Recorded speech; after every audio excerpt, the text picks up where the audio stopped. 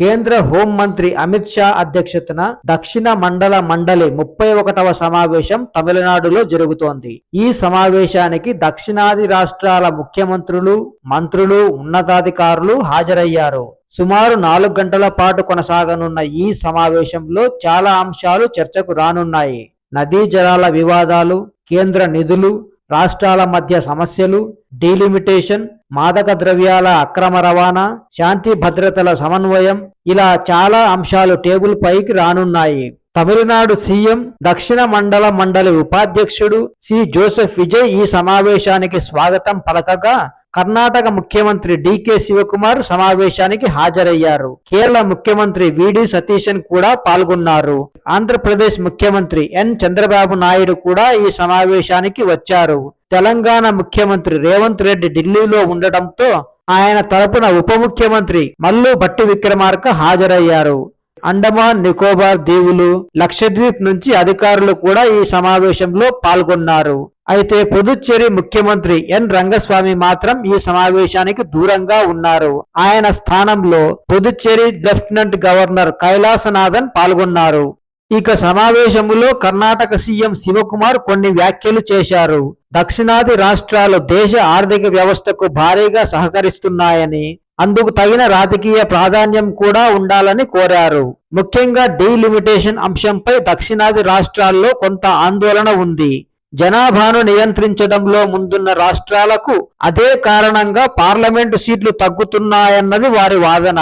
అందుకే భవిష్యత్తులో నియోజకవర్గాల పునర్విభజన జరిగినా దక్షిణాది రాష్ట్రాల ప్రాతినిధ్యానికి నష్టం ఉండకూడదని, అలా కేంద్రం హామీ ఇవ్వాలని శివకుమార్ కోరారు. అంతేకాదు కర్ణాటకకు మరిన్ని కేంద్ర నిధులు ఇవ్వాలని కూడా ఆయన డిమాండ్ చేశారు. జీఎస్టీ ద్వారా కేంద్రానికి భారీగా ఆదాయం సమకూరుస్తున్న రాష్ట్రాల్లో కర్ణాటక ఒకటని గుర్తు చేశారు. కేంద్ర గ్రాంట్లలో రాష్ట్రానికి వచ్చే వాటాను పెంచాలని కోరారు. బెంగళూరు ముంబై హై స్పీడ్ రైలు ప్రాజెక్టు, ఎస్టీఆర్ఆర్ సౌత్, రాయచూర్లో ఎయిమ్స్ ఇలాంటి ప్రాజెక్టులకు కేంద్రం సహకరించాలని విజ్ఞప్తి చేశారు. ఇక తమిళనాడు, కర్ణాటక మధ్య చాలా కాలంగా ఉన్న కావేరీ జలాల సమస్య కూడా ఈ సమావేశంలో కీలకంగా మారే అవకాశం ఉంది. ముఖ్యంగా మేకేదాటు ప్రాజెక్టు గురించి మరోసారి చర్చకు వచ్చే అవకాశం ఉంది. బెంగళూరు తాగునీటి అవసరాల కోసం మేకేదాటులో జలాశయం నిర్మించాలని కర్ణాటక భావిస్తోంది. కానీ ఈ ప్రాజెక్టు వల్ల తమకు వచ్చే నీటి ప్రవాహం తగ్గుతోందని తమిళనాడు ప్రభుత్వం అభ్యంతరం చెబుతోంది. దీంతో కావేరీ నీటి పంపిణీపై 2 రాష్ట్రాల మధ్య విభేదాలు కొనసాగుతున్నాయి.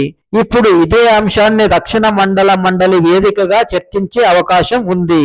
మరోవైపు ఏపీ ముఖ్యమంత్రి చంద్రబాబు కూడా కీలక అంశాలను ప్రస్తావించనున్నారు. 2014లో ఆంధ్రప్రదేశ్ విభజన తర్వాత ఇంకా పరిష్కారం కాని సమస్యలు చాలానే ఉన్నాయని ఆయన కేంద్రం దృష్టికి తీసుకెళ్లనున్నారు. ఆస్తులు, అప్పుల పంపకం, ప్రభుత్వ సంస్థల విభజన, పెండింగ్ లో ఉన్న ఆర్థిక అంశాలు, విభజన చట్టంలో ఇచ్చిన హామీలు ఇవన్నీ ఇందులో ఉన్నాయి. అలాగే పోర్టులు, మెట్రో ప్రాజెక్టులు, రైల్వే అనుసంధానాలకు సంబంధించిన హామీలను కూడా అమలు చేయాలని ఏపీ కోరుతోంది. ఇక తమిళనాడు కూడా కేంద్రం నుంచి మరిన్ని నిధులు ఆశిస్తోంది. రాష్ట్రంలో పరిశ్రమలు వేగంగా రావడానికి 7 ప్లగ్ అండ్ ప్లే పారిశ్రామిక పార్కులను ఏర్పాటు చేయాలని కోరుతోంది. మెట్రో, రైలు, ఇతర భారీ అభివృద్ధి ప్రాజెక్టులకు కేంద్రం సహాయం చేయాలని చెబుతోంది. ఇంతకు ఈ దక్షిణ మండలి అంటే ఏమిటి? ఇక్కడ కాస్త క్లుప్తంగా చెప్పుకోవాలి. 1956లో రాష్ట్రాల పునర్వ్యవస్థీకరణ చట్టం ద్వారా దేశంలో 5 జోనల్ కౌన్సిళ్లు ఏర్పాటయ్యాయి. అందులో ఒకటే దక్షిణ మండలి. దీని ప్రధాన ఉద్దేశం పొరుగు రాష్ట్రాల మధ్య ఉన్న సమస్యలను చర్చించుకోవడం, వివాదాలకు పరిష్కారం వెతకడం, ఉమ్మడి సమస్యలపై కలిసి పనిచేయడం. అంటే రాష్ట్రాలు ఒకదానితో ఒకటి నేరుగా చర్చించుకునే వేదిక అన్నమాట. ఈ మండలిలో ఆంధ్రప్రదేశ్, కర్ణాటక, కేరళ, తమిళనాడు, తెలంగాణ రాష్ట్రాలు ఉన్నాయి.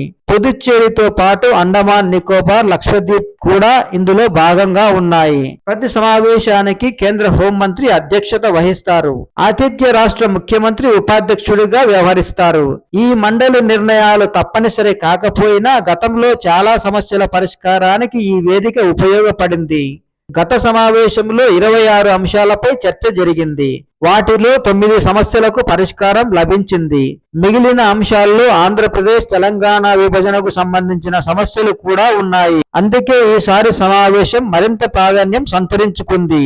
మొత్తంగా చూస్తే ఈ సమావేశం దక్షిణాది రాష్ట్రాలకు ఒకే వేదికపై తమ సమస్యలను చెప్పుకునే అవకాశం ఇచ్చింది.